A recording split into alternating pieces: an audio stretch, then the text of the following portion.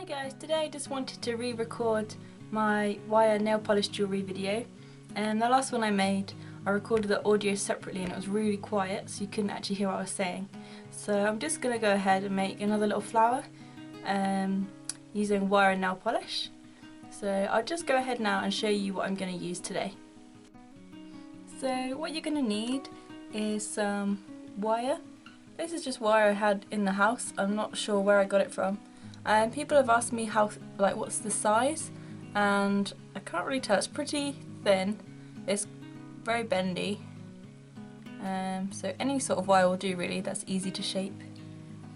We need some nail polish, so I've just got like a Rimmel Pro in a pink colour and then a Collection 2000 in a kind of pearly colour. Both of these are old nail polishes, so they're relatively thick. I think this helps when you're creating nail polish jewellery.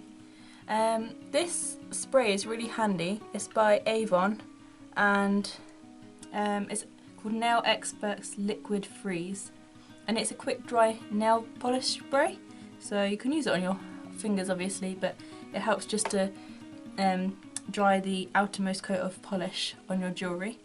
You can then also decorate using any little beads you may have and stuff like that, or little gems. And I'll just show you a few examples of stuff I've already done. This is just a little flower, has a little gold bead in the middle. It's pretty simple. Here's another one that you can kind of bend the petals around to make it a little bit different shape. Has little gems. You could use the wire at the ends of your flower to make it into a sort of ring. Again, that's the pearly colour with a bead in the middle. You could add them to little hairpins to decorate those. And then I was just messing around again, and this one is kind of like just a little drop earring, if you can see that. And then I've also made a little heart shape, which is also a little ring. So there's a few ideas for you. Today I'm just going to make just a flower, and there's one thing I forgot to say is you need something to wind your wire around, so I'm just going to use this nail dotting tool because it's nice and round. So to begin with, you're going to want to get your wire and cut a piece maybe about 15 centimeters long. My wire's thin, so I can just use scissors. If you have thick wire, you might need some wire cutters or snips. And then leave a bit at the end, maybe about 1 centimetre, and then taking your whatever you're using to shape the petals, just simply wrap the wire around, cross over the two edges, and then twist it tightly, maybe 2 or 3 times, and then there you have your first petal shape. And then you just continue doing this on the longer piece of wire, trying to keep your loops as close to the previous loop as possible so your petals are nice and close together. If your petals start to change shape when you're doing this, don't worry, you can just reshape them at the end to make them how you want them. So just continue the same method, wrap the wire around, and then just keep it nice and tight to the previous one. Just give it a little twist to hold the petal in place. I've done this one a bit tight now, I can't get it off. Right, there we go. So, yep, there's 2 petals. So I'm just going to continue to do this. I'm going to do 5 petals today, but you can do as many as you like.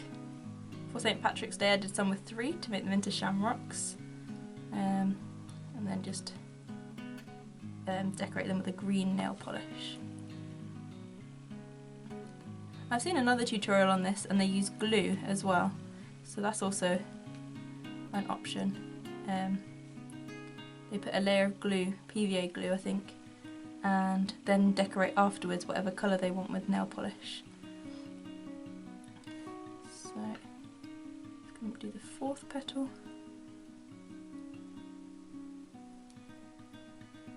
Obviously if you want smaller petals, you can use like a thinner pen or pencil, whatever you may have in your house. Right, there's 4 petals, and just do the last one now.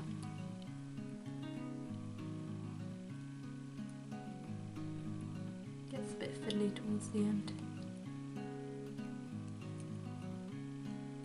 Yeah, there we go.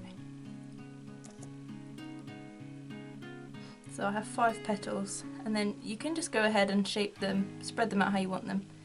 And whatever 2 loose ends you have left, just bring them together and twist those wires together, and that will just hold the whole kind of flower shape together.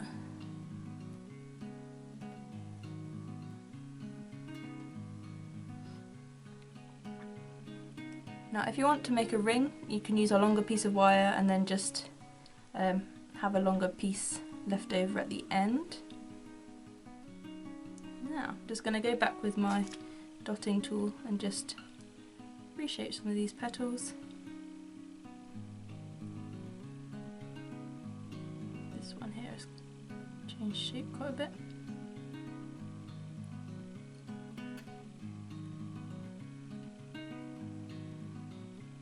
Once you're sort of happy with what shape you have, you can start with the nail polish. So I'm just going to round that one up a bit more. Alternatively, you can then take your whatever round tool you're using, your pen or pencil, and you can just kind of roll your petals around, and that will just give them this sort of effect here, so they're slightly 3D. But this one I'm just going to leave them flat, I think, for today.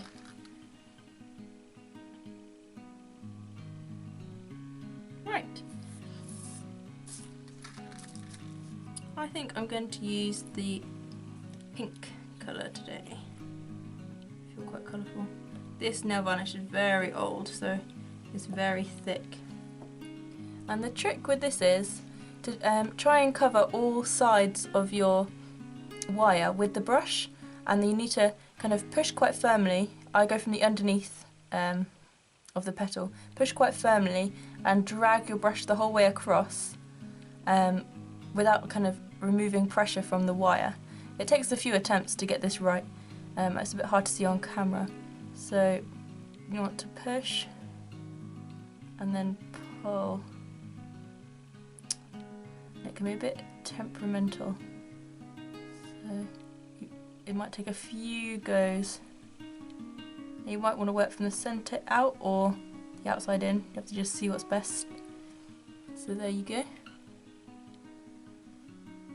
And with this as well, you might need to keep like rotating the flower as you go, just so that the polish doesn't all dry to one side. Because that can kind of cause the layer of polish to break as well. I found that with newer polish that's quite thin, you have to keep moving it as you go, otherwise the polish just won't stay against the wire. And if you find your layer of polish is too thin, you can always just add like a little dab of polish, and it kind of spreads itself out in its own time. This polish is running out. Right, so again, just apply firm pressure to all edges of the wire and kind of drag across your polish. This one's being a bit of a nuisance.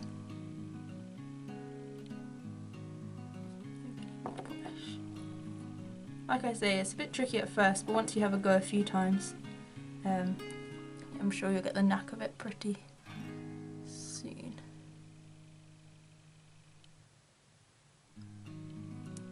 And you can't go too big with your wire loops or shapes with this, because sometimes the brush is just not big enough to keep contact with all areas of the wire, so you are kind of limited to size. This is a pretty big flower. I think it's actually the biggest I've done so far, so that's why it's a little bit trickier. and maybe smaller. So maybe, yeah, start out small and then work to bigger shapes.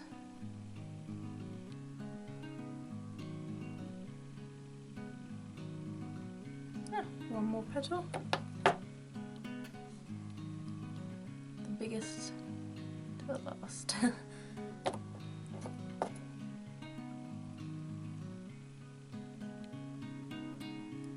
And once you have your first coat done, you can then kind of go over with other colours. But just bear in mind that as soon as you put another coat of nail varnish on, the whole thing will go liquid again. The bottom coat won't actually stay solid and dry. The nail varnish will start to dissolve.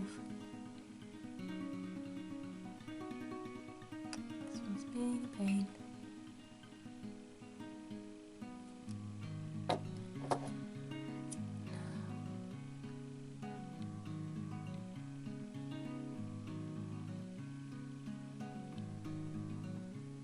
There we go.